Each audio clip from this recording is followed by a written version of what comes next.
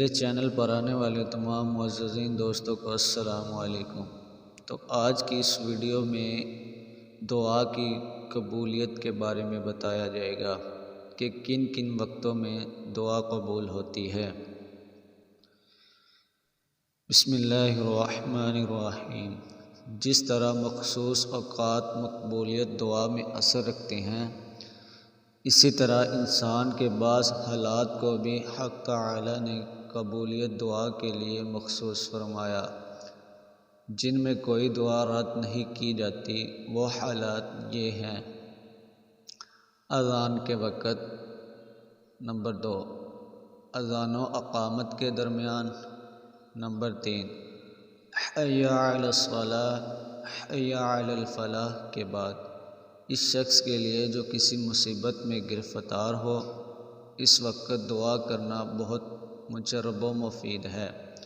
Number 4، جہاد میں صف باندھنے کے وقت، نمبر 5، جہاد میں گھمسان کی لڑائی کے وقت، نمبر 6، فرض نمازوں کے بعد، نمبر 7، سجدہ کی حالت میں مگر فرائض میں نہیں، نمبر 8، تلاوت قرآن کے بعد اور بالمخصوص ختم قرآن کے بعد، اور بالمخصوص پڑھنے والوں کی دعا یہ نسبت سننے والوں کے زیادہ مقبول ہے۔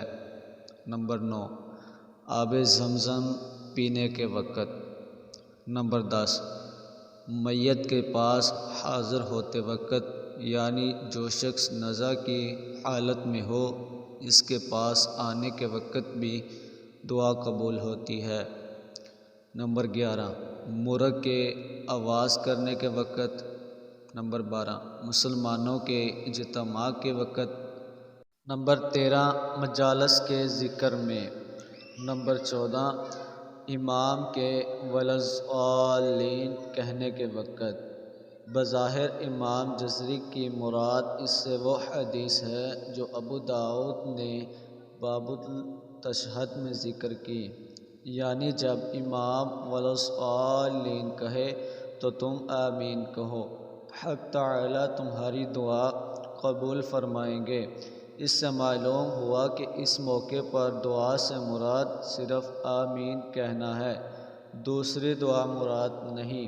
نمبر 15، اقامت نماز کے وقت، نمبر 16، بارش کے وقت۔ امام شافعی رحمۃ اللہ تعالی کتاب الام میں فرماتے ہیں کہ میں نے بہت سے صحابہ رضی اللہ تعالی عنہ، تابعین رحمۃ اللہ تعالی کا یہ عمل سنا ہے کہ بارش کے وقت خصوصیت سے دعا مانگتے تھے۔ نمبر 17، بیت اللہ پر نظر پڑنے کے وقت۔ تو دوستو، یہ وہ بہت ہی اہم مواقع ہیں جو دعا کی قبولیت کے ہیں۔